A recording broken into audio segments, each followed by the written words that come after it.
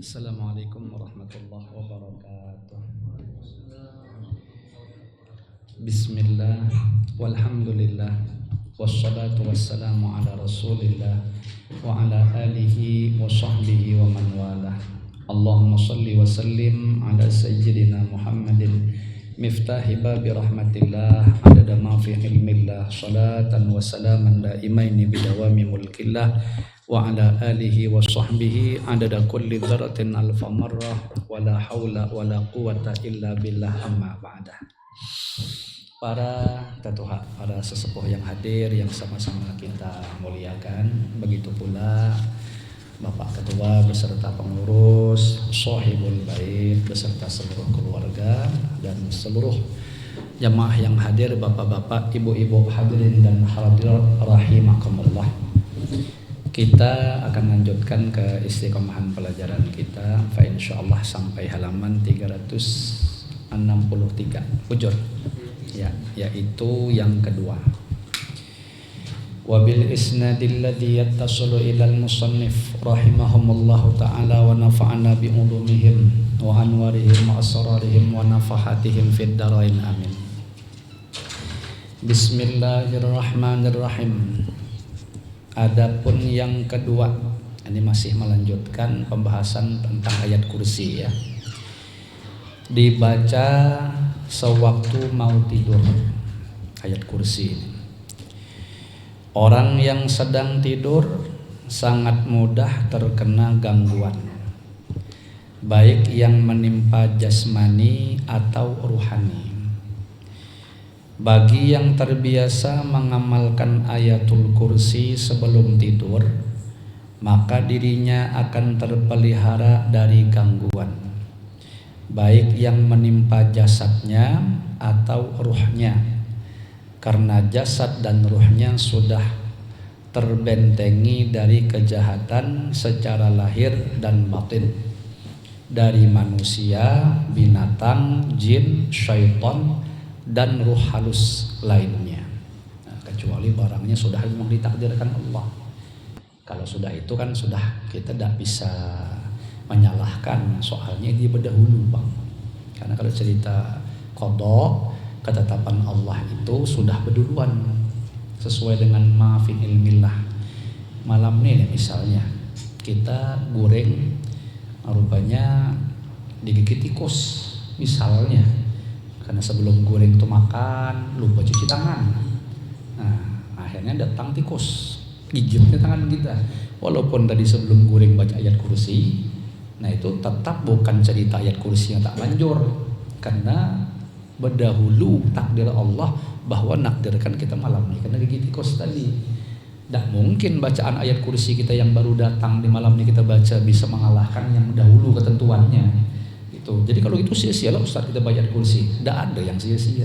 Pembaca ayat kursi kita tadi tetap mendapatkan pahala dari Allah Subhanahu wa Ta'ala. Kira-kira gitu tuh. Sama lah kita contohkan kayak kemarin itu kasus para sahabat yang matinya rata-rata tragis, dibunuh. Apa memang beliau tuh tak dibaca doa selamat? Seakan-akan gitu. Apa beliau tuh tidak minta perlindungan dari Allah? Pasti minta perlindungan, tapi takdir Allah beliau wafatnya macam itu tuh berdahulu. Nah, jadi doa itu seakan-akan tidak, doa ayat kursi itu kan sabab. Nah, apa tuh? Kalau kita belajar kitab hikam tuh, sawabikul himam, dihafal tak? Pokoknya intinya itu kuatnya himmah, upaya atau sabab kita lakukan itu tidak akan pernah bisa mengoyak takdir Allah. Jadi Allah itu sudah mendahului menetapkan takdir. Nah, maka apa yang terjadi itu pasti sama tuh dengan takdir tuh. Maka di tengah perjalanan, andaikan kita ingin melakukan satu usaha yang bakal menyalahi takdir ini, tidak akan bisa. Ya, tidak akan bisa. Sama lah macam tadi tuh. Nah, kita berkeinginan kuat untuk malam ini selamat tadi kisahnya. Itulah kita melakukan usaha. Salah satu usahanya kita baca ayat kursi tadi, atau kita melakukan usaha juga doa, itu usaha juga namanya. Nah, tapi takdir Allah berdahulu sudah. Takdirnya itu menetapkan tangan kita digigit tikus tadi itu. Maka macam manapun upaya kita berdoa, amalan nyemprot anti tikus itu tetap digigitnya. Karena itu tuh berdahulu. Nah, paham ada? Nah, di sini mengajarkan kita bahwa andai kan terjadi sesuatu, jangan nanti kita mengkambing hitamkan sabab. Jangan nanti tidak manjur kalau gitu nih hai kursi aja nih, tidak manjur doa itu bukan cerita tidak manjur, ya berdahulunya begitu. Jadi harus difahami mana yang namanya sabab. As-sabab la tu'athir. Sebab itu macam manapun jenisnya, ya macam manapun jenisnya, tak apa-apa kan? Tak apa-apa kan? Tak apa-apa ya? Iya. Itu tidak akan pernah memberi bekas. Sabab itu macam mana aja kita tidak akan pernah memberi bekas. Istilah itu memberi bekas maksudnya menghasilkan akibat itu tidak akan pernah. Karena satu-satunya yang bisa memberikan bekas itu hanya Allah Subhanahu wa ta'ala. Nah, itu yang dipegang tuh bagus-bagus tuh. Jadi usaha, doa, wirid-wirid itu semuanya namanya sabab. Ya, itu tidak akan pernah menghasilkan yang namanya bekas. Nah, kira-kira begitu. Jadi jangan nanti kita jadikan kambing hitam. Nah, gitulah kira-kira. Sama kayak silahkan. Seharusnya memang tertipu, tapi kan yang sedekah segala macam dialihkan ke dalam mimpi. Bisa jadi sebenarnya maafi ilmilah takdir mubromnya memang tidak akan kejadian, dan kejadiannya hanya di dalam mimpi itu aslinya. Sebagaimana tadi sebutannya, dia ini sebenarnya tergariskan di lauhil mahfuz, tercatat hari ini kecelakaan. Sekalinya rupanya sebelum berangkat dia sedekah, akhirnya dicatat itu dihapus oleh Allah, akhirnya selamatlah dia. Itu sebutannya cuma selamat karena memang dia itu selamat, takdirnya udah ada kecelakaan tuh. Makanya seakan-akan tulisan yang ada di dalam takdir mu'allaq itu hanya berbentuk tulisan, dan Allah sendiri sudah mengatakan dalam Al-Quran itu bisa Allah hapus. Jadi bukan Allah menyalahi catatan, memang apa yang Allah ketahui dalam ilmunya itu memang tidak akan kejadian. Lalu realitanya itulah tadi ceritanya dia tuh kayak macam bersedekah, padahal kan yang gariskan sedekah siapa kalau bukan Allah Ta'ala juga. Nah, jadi itu sebenarnya ujian, kalau aku boleh mengatakan itu menjadi semacam macam ujian lah bagi kita. Artinya kan di situ ada peranan syariat, termasuk sedekah, supaya kita menyemangati kita sedekah. Padahal kita ingat sedekah itu kan kalau mau jujur bukan tujuannya supaya nolak bala, bukan supaya nambahin rezeki. Kenapa? Ya itu tuh sudah itu perintah Allah. Kalau Allah merintahkan, kewajiban kita sebagai hamba jalankan. Asal kita jalankan itu berarti kita menjalankan perintah Allah, yang ditargetkan adalah pahalanya, maksudnya keridhaan Allah, selesai. Nah, jadi makanya dia tidak akan pernah jadi mencari kambing hitam. Coba kalau dia nargetkan, katakan tadi untuk selamat dari bala musibah, sekali sedekah masih kecelakaan, pasti disalahkannya tuh. Iya kan sedekahnya. Ngapa nih Allah jadi disalahkannya? Iya kan? Nah, ngapa katanya nih. Nah, kan gitu nanti jadinya, nanti dia disebutkan nabi pembohong lah. Itu lebih berbahaya. Nah, jadi mestinya memang itulah namanya istilahnya kalau ngait-ngaitkan supaya dapat sesuatu yang digantungkannya tadi, itu yang dikhawatirkan nanti seakan-akan tuh ada idlalnya yang pernah kita bahas. Jadi kalau kita melakukan amal-amal yang disuruh Allah dan Rasulnya, lepaskan. Jangan itu dijadikan alat untuk menekan Allah, supaya Allah harus berkewajiban memberikan balasan begini. Nanti kalau itu tidak diberikan, nah mulai itu tadi nyalah-nyalahkan Allah. Nah, itu padahal kan kesalahan itu timbulnya dari kita. Karena kita seakan-akan dengan kita sedekah kita merasa berbuat baik kepada Allah. Kalau kita sembahyang kita merasa berbuat baik kepada Allah. Kalau kita pergi pengajian kita merasa berbuat baik kepada Allah. Lalu kita minta supaya Allah tuh wajib memberikan balasan berupa apa yang kita inginkan. Nah, itu namanya idlal. Idlal itu amal bian uyuh-uyuh. Kalau macam itu dalam keterangan tuh amalnya orang idlal mudhil istilahnya gitu bahasa Arabnya, tidak akan melewati kepalanya. Istilahnya tuh capek dia beramal tidak akan diterima Allah. Kenapa? Karena kesalahan dia sendiri. Nah, disinilah kalau kita merenung pentingnya ilmu tuh.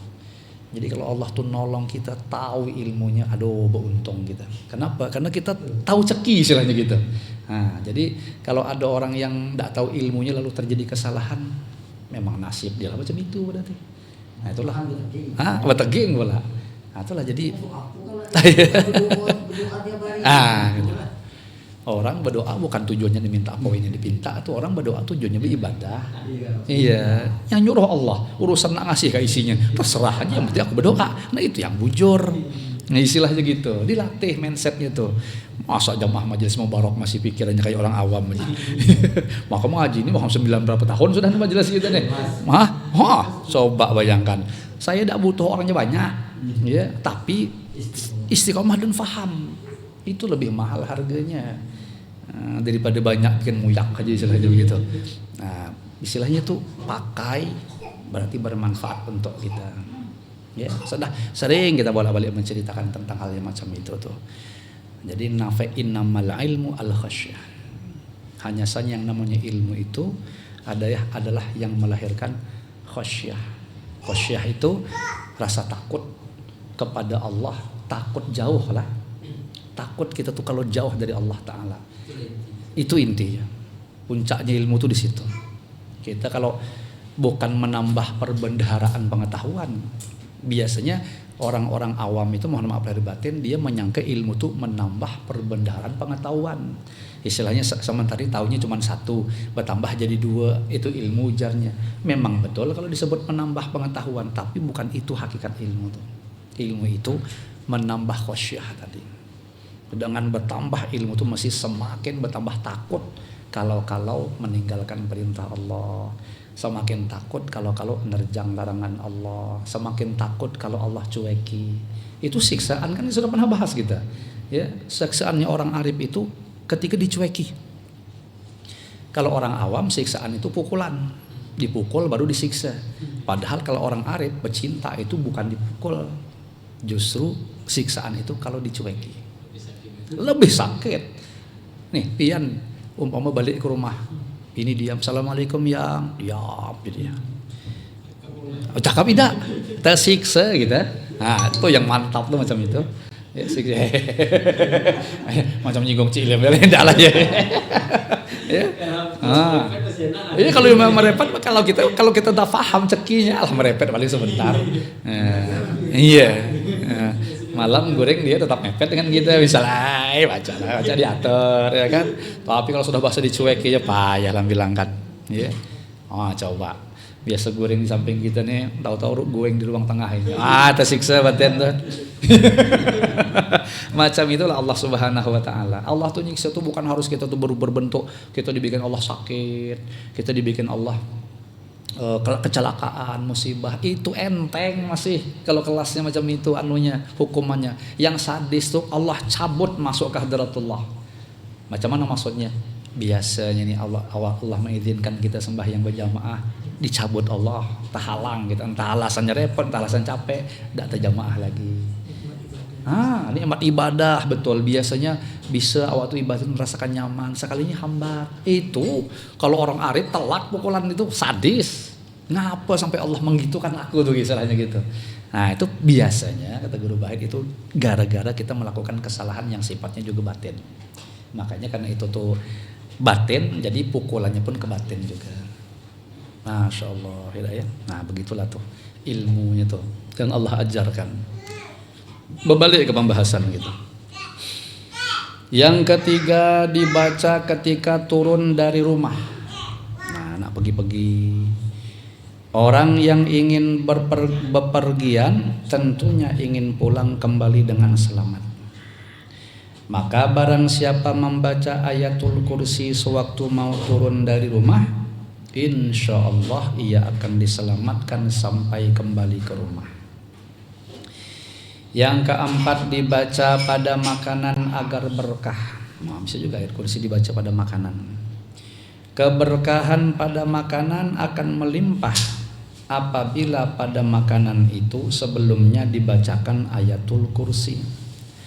Dengan demikian makanan itu akan menghasilkan tenaga untuk berbuat taat, dan makanan itu juga akan dicukupkan oleh Allah Ta'ala. Jadi saya tadi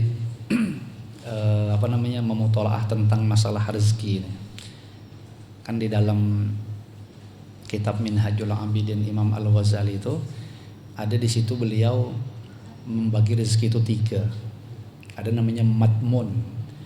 Pernah ada yang dengar itu? rezeki madmun, yang kedua maqsum, yang ketiga mamluk. Nah, ini sedikit saya kupas sebatas yang saya tangkap ya dari hasil mutolaah itu. Kan kita ini semua dapat itu. Nah, kalau rezeki madmun itu bisa dikatakan rezeki global yang sudah pasti Allah jamin sampai ke mati. Baik berkaitan dengan sandang, pangan, dan papan. Semua kita jatahnya masing-masing sudah ada. Apabila habis umur, habis madmun tuh. Jadi di sini mengajarkan kita, hendaknya kita tuh tidak usah tertipu dengan merasa harus bekerja, lalu kemudian dengan kerja ini untuk menutupi kebutuhan kita beribadah. Tidak usah. Hati dijaga tuh, karena kita ini tugasnya ibadah aja. Tidak usah mikir rezeki kita nanti makan apa tidak. Tuh pasti sudah dijamin. Nah, sudah tahu macam itu, tugas kita tuh memperbagus ibadah tadi itu. Kalau sudah kita mati, memang jatahnya habis. Logikanya begitu. Ya, itu perhatikan bagus-bagus. Kalau kita berpikir, aku harus begawi nih supaya nanti aku bisa makan. Akhirnya yang terjadi ibadahnya terbengkalai umpamanya. Berarti tertipu dia. Itu yang isyarat firman Allah Ta'ala, wa ma min dabatin fil ardi illa 'alallahi rizquha. Intinya dipastikan untuk rezeki madmun itu dijamin maknanya. Itu sampai ke mati. Nah, cuman ingat baik-baik, di situ sebutannya sesuai kebutuhan, bukan sesuai keinginan, kemauan. Nah, intinya gitu. Dapat lengkap lah. Oke. Yang kedua, maqsum. Maqsum rezeki yang dibagi atau pembagian. Maqsum ini istilahnya itu, Allah ini sudah menjatah masing-masing kita dengan nominal sekian.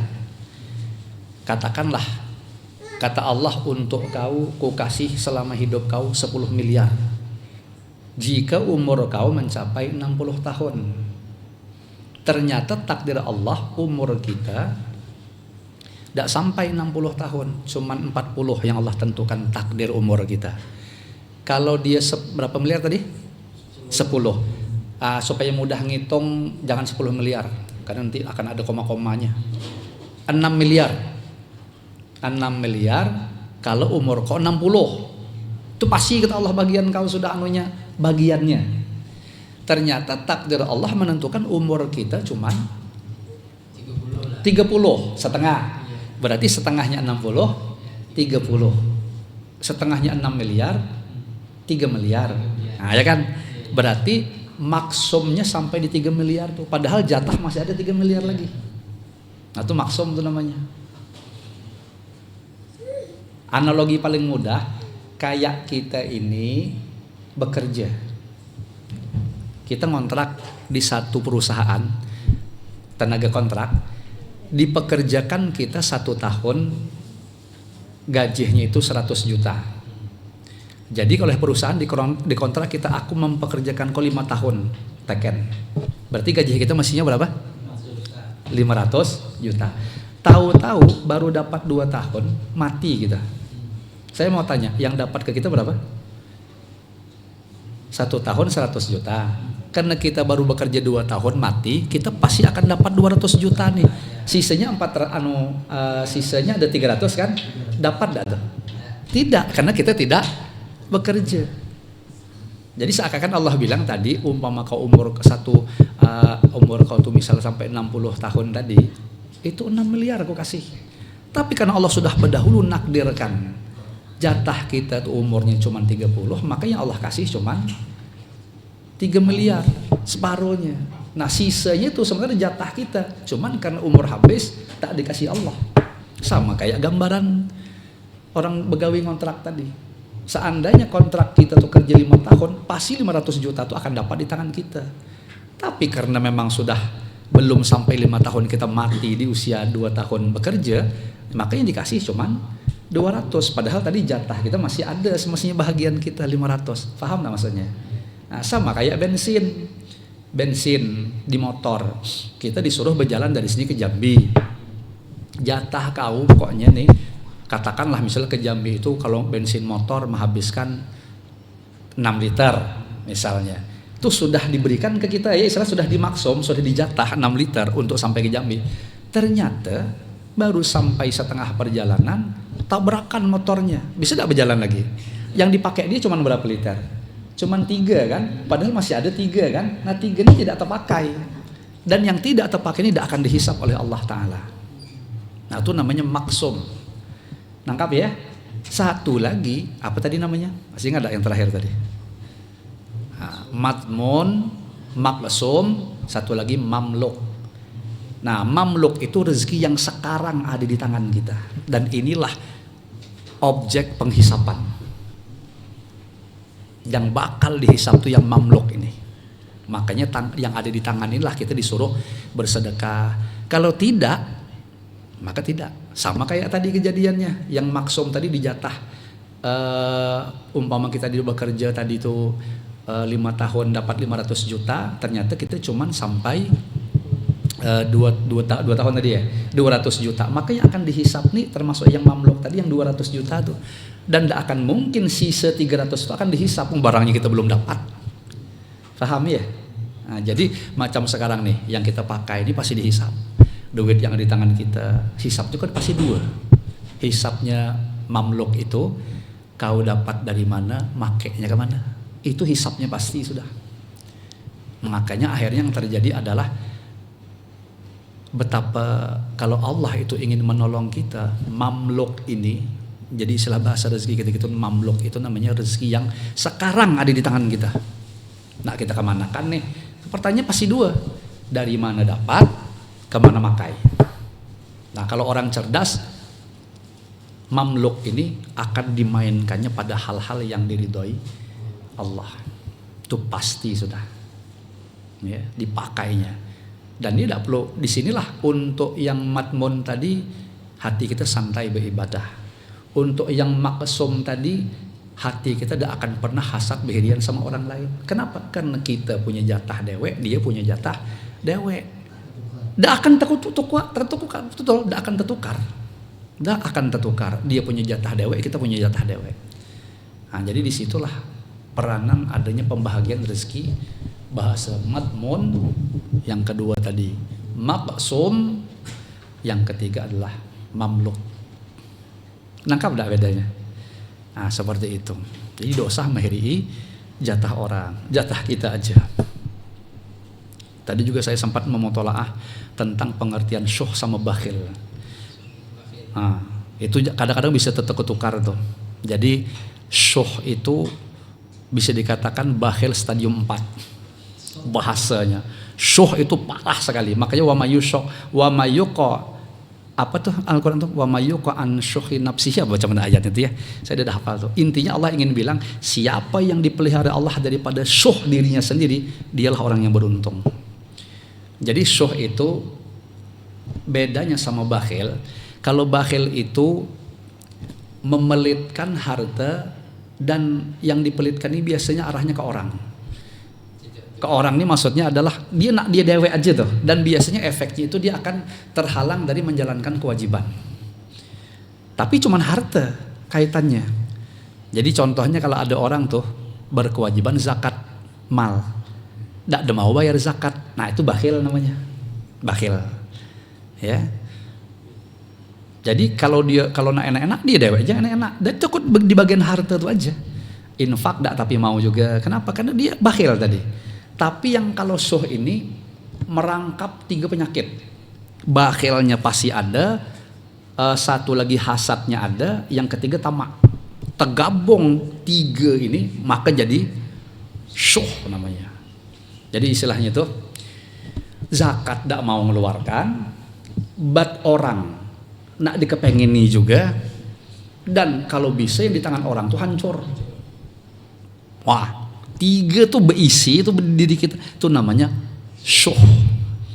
Kalau untuk kita dewek, aku tak mau mengeluarkan zakat, cuman di tangan orang terserah dia lah, mau kayak mana dianya. Aku udah ada ngurus buat orang, yang penting buat aku nih jangan dikotak-katik orang, aku yang nikmati. Nah berarti bakhil. Tapi kalau sudah aku udah mau biar zakat nih, aku udah suka harta di tangan dia tuh, mudahan hancur. Nah itu syuh namanya. Bahkan tidak suka nih kalau bila perlu tuh nak diembeknya juga gitu, nak berpindah ke dia. Atau syuh katanya. Bisa enggak bedakan? Itu di antara indikasi-indikasinya. Betul tuh. Nah, jadi kalau ada orang tuh nengok harta, tidak suka dia orang berisi nikmat tadi. Nah kehendaknya dia yang harta itu pindah ke dia. Yang di harta dia dewek pun tidak mau dibagikannya ke orang. Syuh namanya itu asli syuh tuh. Jadi bedakannya tuh di situ. Dan itu tadi dikatakan syuh itu bakhil stadium 4. Celaka 12 kita kalau bangsa kena sifat itu. Iya. Ya Allah. Cara mengantisipasinya persis seperti terapi yang pernah disampaikan guru bakhil. Jadi kalau syuh itu yang dipelitkannya bukan harta. Pelit ilmu. Semuanya dipelitinya. Tidak mau doakan orang kebaikan, tidak mau berbagi, bukan hanya duit. Nah tuh syuh tuh macam itu. Kalau dia bakhil pasti duit yang tidak mau dibaginya.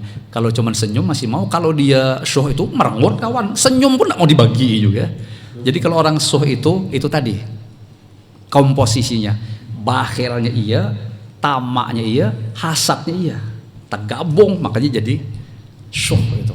Waduh, mudahan Allah jauhkan diri kita, keluarga kita, anak cucu kita. Oh jelas, dia kalau iya betul, itu pasti sudah. Kalau orang syuh itu tidak akan mau mengeluarkan sesuatu tanpa ada kompensasi, tidak akan mau. Itu betul ciri-cirinya, dia pasti akan perhitungan, ya. Pasti itu hampir. Mudahan bisa difaham lah ya. Jadi tujuannya itu untuk apa kita nih? Untuk tazkiyatun nufus, membersihkan hati. Selama hati kita masih berpenyakit, tidak ada cerita ibadah itu sempurna. Mendatangkan halawah manis, mendatangkan yang namanya khusyuk itu hampir tidak mungkin. Dengan catatan selagi hati kita masih berpenyakit. Nah salah satu penyakitnya iya tadi syuh. Ya, itu upaya bilang kan bibit. Padahal kalau guru bahasa itu menjelaskan sekelas bakhil aja itu sudah jahat, apalagi syuh. Itu lebih jahat. Dan itu kalau salah pernah saya dengar satu keterangan ulama tuh, itu penyakit yang paling terakhir keluar. Bakhil aja tuh boleh digibahi. Maksiat, orang melakukan maksiat kita tidak boleh gibahi. Tapi kalau ada orang maksiat dia berbentuknya bakhil, boleh disambati. Apalagi syuh. Bayangkan, ya istilahnya itu. Ini namanya ilmu. Kalau Allah sayang sama kita, ilmunya akan Allah berikan. Makanya ada bahasa itu, saya lupa ingat hadis apa athar itu. Maksudnya makalah ulama. Man arada dunya fa'alaihi bil ilmi. Siapa yang mau dunia harus dengan ilmu. Wa man aradal akhirata fa'alaihi bil ilmi. Siapa yang mau mendapatkan akhirat harus dengan ilmu. Wa man aradahuma fa'alaihi bil ilmi. Siapa yang mau kedua-duanya harus dengan ilmu. Logikanya kalau kita memang jujur ingin mendapatkan keselamatan dunia akhirat harus pakai ilmu. Udah ada ilmunya macam mana selamat. Ya, kira-kira itu seperti itu. Nah, kok Allah berikan kita ilmunya, itu tandanya Allah tuh menginginkan kita selamat dunia akhirat tadi itu. Itulah mahalnya orang berilmu tuh di situ. Ya, terutama ilmu-ilmu tentang fardu ain. Fardu ain ya salah satunya adalah cara pensucian hati. Nah, makanya kita jangan terkecoh dengan orang yang rajin beribadah zahir kalau hatinya masih banyak penyakitnya. Nah, makanya percuma ibadah dia itu masuk percuma tuh, kebanyakan ibadah itu tidak diterima Allah karena rusak dengan penyakitnya itu. Nah, jadi makanya dibuyu-uyu. Cobalah orang kalau rajin sembahyang, katakanlah rajin sembahyang sunat, nanti itu biasanya timbul dalam hatinya ujub tuh, merasa lebih baik dari orang. Apa ada percuma ibadah dia tuh. Belum lagi nanti tak keluar di muntung, menghina orang yang tak ada sembahyang kayak dia. Kau ini apa nih kau nih? Jadi takabur pula jadinya. Ya. Nah, lalu mulut menggibahi orang. Tengok tuh dia tuh apaan hidup nonton tak ada sembahyangan macam itu tuh. Nah, jadi gibahi orang jadinya. Gara-gara tadi tidak tahu cara mengolah hati. Istilahnya begitu. Dan habis semua jadinya. Kalau dia sedekahnya pasti nyakiti hati orang. Itulah kalau tidak ada begawi istilahnya gitu. Malas panggawian gitu. Padahal dikasihnya sedekah. Hangus kan jadinya kan? Uyuh lah jadinya. Nah, itu kalau kita beramal sambil ada penyakit hati. Uyuh tuh Bang pokoknya. Ya. Nah, jadi lebih bagus terapi itu selamatkan dulu. Jangan beramal zahir tapi dengan tanpa mempedulikan amal batin tadi. Jadi terapi pembersihannya itu di apa namanya itu dijaga, baru kemudian beramal. Itu pasti selamat nanti. Awet amalnya walaupun amalnya sedikit. Nah, temen dong Cak Lim. Iyalah pokoknya. Santai Cak Lim. Lapar kah sudah? Belum lagi ya. Belum. Kemudian yang kelima dibaca untuk keamanan harta benda. Harta benda yang tidak terawasi dan sering mendapat bencana seperti sawah dan kebun, insya Allah akan diselamatkan apabila dikelilingi sambil dibacakan ayatul kursi. Nah, selain yang disebutkan di atas, sangat banyak lagi faidah dan keutamaan ayatul kursi. Dan ayatul kursi ini disebut penghulu ayat karena mengandung asma Allah Ta'ala Al-Hayyu dan Al-Qayyum. Itu gabungannya kemarin disebut Ismullahil Azam dalam satu pendapat ulama. Keimanan pada Al-Qayyum. Orang-orang yang beriman dengan nama Allah Ta'ala Al-Qayyum percaya bahwa Allah Ta'ala tidak memerlukan siapapun untuk menjadikan dan mengatur alam ini. Betul ya. Namanya kemarin terjemahannya Allah Maha Berdiri sendiri kan. Maha Berdiri sendiri maksudnya Allah tidak butuh kepada selain Allah. Dan Allah Ta'ala sangat mandiri, tidak berhajat kepada kita. Orang yang beriman tidak berhajat kecuali hanya kepada Allah yang Al-Qayyum. Karena hanya Allah Ta'ala yang berdiri sendiri. Selain Allah Ta'ala sama dengan kita, sama berhajat kepada Allah Ta'ala. Orang yang beriman dengan nama Allah Ta'ala Al-Qayyum, ia menyampaikan hajat keperluannya hanya kepada Allah Ta'ala saja, baik mengenai keperluan hidupnya atau keluhan-keluhan jiwa yang menimpanya. Karena ia yakin hanya Allah Ta'ala saja yang bisa memberikan jalan keluar. Ini mantapnya sudah nih anunya tuh sandaran hati itu kalau bisa macam itu. Memang tidak ada lalu-lalu pokoknya selain Allah nih. Pokoknya Allah tulah pokoknya. Wah, kalau kita diberi hati macam itu, masya Allah ya. Tapi kalau masih ada aja selain Allah dalam pandangan kita yang masih bisa mendatangkan manfaat atau mudarat, berarti sebenarnya masih akan kita rasakan susah dan sedih itu. Ya. Kenapa? Karena masih bertakluk sama makhluk. Nih, kalau dia sudah bertakluknya, hubungannya, irtibatnya itu bergantungnya hanya kepada Allah, tidak ada lagi bahasa sedih. Iya, masih dia itu betul. Kalau masih makhluk itu masih terpandang sebab-sebab tebang tadi. Bila idalah Allah aja baliknya semuanya. Nah, ini sudah Allah bilang kan, ala inna auliya Allahi la khaufun alaihim wa lahum yahzanun. Kekasih-kekasih Allah itu sudah tidak ada lagi bahasa susah, tidak ada lagi bahasa sedih. Nah, karena dia nyandarnya hanya kepada Allah aja. Sabda Rasulullah Sallallahu Alaihi Wasallam yang artinya apabila engkau meminta, mintalah kepada Allah. Wa idza sa'alta fas'alillah, itu hadisnya itu. Apabila engkau minta tolonglah kepada Allah Ta'ala. Wa idza sta'anta fasta'in billah. Ini nasihat beliau kepada Sayyidina Ibnu Abbas radhiyallahu ta'ala anhuma. Ketahuilah olehmu bahwasanya jika ini umat bersatu untuk memberikan manfaat kepada engkau, niscaya mereka tidak akan mampu memberikan manfaat kecuali dengan sesuatu yang telah ditetapkan oleh Allah Ta'ala. Santai saja ya. Nah, berarti saya tidak pakai ini ya. Nah, karena agak kabur-kabur sedikit tulisannya, berarti harus pakai senter nih. Yang jelas kuping aja diperhatikan.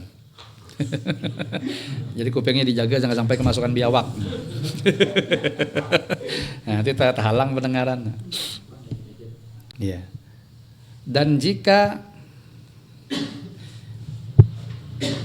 betul itu lagi tadi ya? Ya. Dan jika umat ini bersatu untuk memberikan mudarat kepada engkau, niscaya mereka tidak akan mampu untuk memberikan mudarat kecuali apa yang telah ditetapkan oleh Allah Ta'ala. Nah betul ya, apa yang kena ke kita pasti kena, tidak akan bisa dihalangi. Sebagaimana kebalikannya, apa yang tidak pernah ditakdirkan kena ke kita, walau diusahakan sealaman tetap tidak bakalan bisa. Nah disinilah mestinya kita tuh santai menjalani takdir tuh, ya mestinya kalau betul-betul mantap keimanan dengan tadi tuh. Baik itu kaitannya kepada yang enak-enak, yang nyaman-nyaman, yang baik-baik maupun yang tidak nyaman. Kalau dia takdirnya ada ke kita pasti sampai. Nah, sama dengan kebalikannya tadi tuh, ya.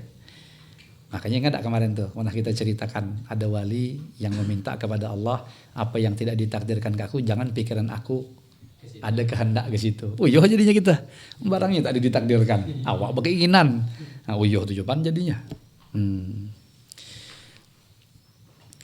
Dalam kitab-kitab ilahiyah Allah Ta'ala berfirman yang artinya, demi kebesaran dan keagunganku, aku putuskan angan-angan orang yang berharap kepada selainku, dan aku beri pakaian ia dengan pakaian kehinaan di sisi manusia, dan aku dinding ia daripada kedekatan denganku, dan aku jauhkan ia daripada menghubungiku. Ini tadi yang kita katakan tuh, dia terhalang tadi tuh.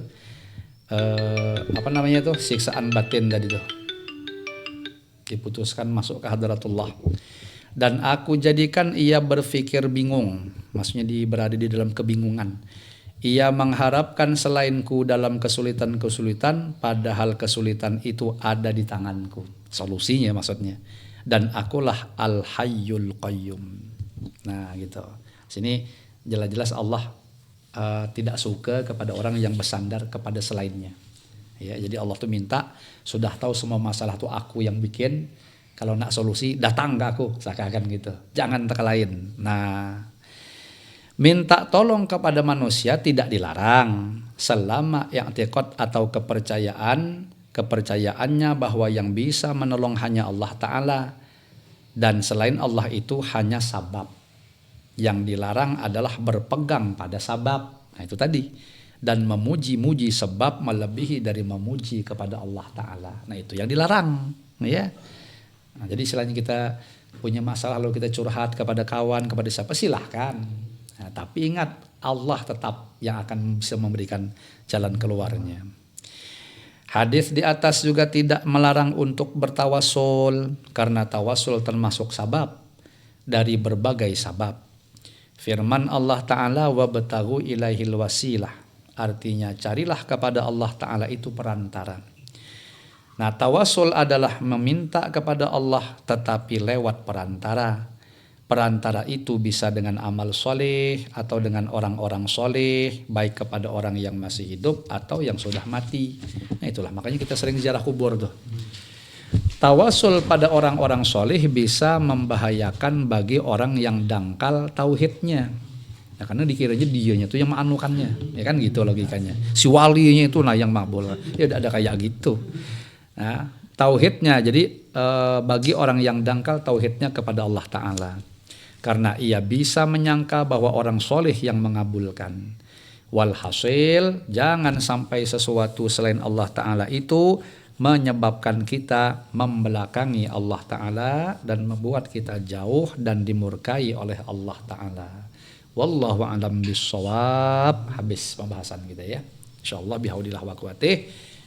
Untuk pembahasan nama Allah Al-Wajid akan kita bahas pada pertemuan yang akan datang. Nah mudah-mudahan yang kita kaji seada-adanya ini mudah-mudahan dijadikan oleh Allah Ta'ala menjadi ilmu nafi', manfaat berkah dunia akhirat untuk kita semua. Amin ya rabbal alamin. Al-Fatihah. A'udzu billahi minasyaitonir rajim. Bismillahirrahmanirrahim. Alhamdulillahi rabbil alamin. Arrahmanir rahim. Maliki yaumiddin. Iyyaka na'budu wa iyyaka nasta'in. Ihdinas siratal mustaqim. Siratal ladzina an'amta 'alaihim ghairil maghdubi 'alaihim waladdallin. Amin. Bismillahirrahmanirrahim. Alhamdulillahi rabbil alamin. Allahumma salli wa sallim wa barik ala sayyidina Muhammadin fil awwalin wa salli wa sallim wa barik ala sayyidina Muhammadin fil akhirin wa salli wa sallim wa barik ala sayyidina Muhammadin fil nabiyyin wa salli wa sallim wa barik ala sayyidina Muhammadin fil mursalin wa salli wa sallim wa barik ala sayyidina Muhammadin fil mala'il ala ila yaumiddin wa salli wa sallim wa barik ala sayyidina Muhammadin wa ala alihi wa sahbihi ajma'in. Wa laqad asyartu li na'ti man awsafuhu tuhil quluba tuhayyijul ashjana ya Allah wallahu qad athna alaihi fama yusawil qawlu minna aw yakunu thanana lakinna hubban fis sarairi qad alimadihi safwati rabbina wa hadana ya Allah wa idhim tazajjana bil mawaddati hahuna narfa'u aidi faqrina wa rajana lil wahidil ahadil aliyyi ilahina mutawassilina biman ilaihi da'ana ya Allah mukhtarihi wa habibihi wa safihi zainil wujudi bihil ilahu habana ya Rabbana ya Rabbana ya Rabbana bil Mustafa qabalna ajib da'wana ya Allah anta lana ya dhukrana fi hadhihi dunya wa fi ukhrana aslih lana al ahwala waghfir dhanbana wa la tu'akhidh rabbi in akhtana ya Allah wasluk bina fi nahji tahal Mustafa thabbit ala qadamil habibi khutana arina bi fadli minka tal'ata ahmadin fi bahjatin ayunur ridha tar'ana ya Allah warbut bihi fi kulli halin hablana wa hibala man wadda wa man walana wal muhsinina wa man ajaba nida'ana wa dhawil huquqi wa taliban awsana ya Allah wal hadirina wa sa'iyan fi jam'ina nahnu baina yadayka anta tarana walaqad rajawnaka fahaqiq su'lana wasma' bifadlika ya sami'u du'ana ya Allah wansur bina sunnata taha fi biqa'il ardi waqma' gullaman adana wanzur ilaina wasqina ka'sal hana washfi wa'afi ajilan mardana ya Allah waqdi lanal hajati wahsin khatmana indal mamati wa aslihan uqbana ya Rabbi wajma'na wa ahbaban lana fi darikal firdausi ya rajwana ya Allah ya Rabbi wajma'na wa ahbaban lana fi darikal firdausi ya rajwana ya Allah ya Rabbi wajma'na wa ahbaban lana fi darikal firdausi ya rajwana ya Allah bil Mustafa salli alaihi wa alihi ma harakat rihu saba aghsana ya Allah subhana rabbika rabbil izzati amma yasifun wa salamun alal mursalin walhamdulillahi rabbil alamin innallaha wa malaikatahu yusalluna alan nabi ya ayyuhalladzina amanu sallu alaihi wa sallimu taslima as-salatu wassalamu alayka ya sayyidal mursalin as-salatu wassalamu alayka ya khataman nabiyyin as-salatu wassalamu alayka ya man arsalahu Allahu rahmatan lil alamin wa radiyallahu ta'ala an ashabi rasulillahi ajma'ina amin bisiril fatihah. A'udzu billahi minasyaitonir rajim. Bismillahirrahmanirrahim. Alhamdulillahi rabbil alamin. Arrahmanir rahim. Maliki yaumiddin. Iyyaka na'budu wa iyyaka nasta'in. Ihdinas siratal mustaqim. Siratal ladzina an'amta 'alaihim ghairil maghdubi 'alaihim waladdallin. Amin.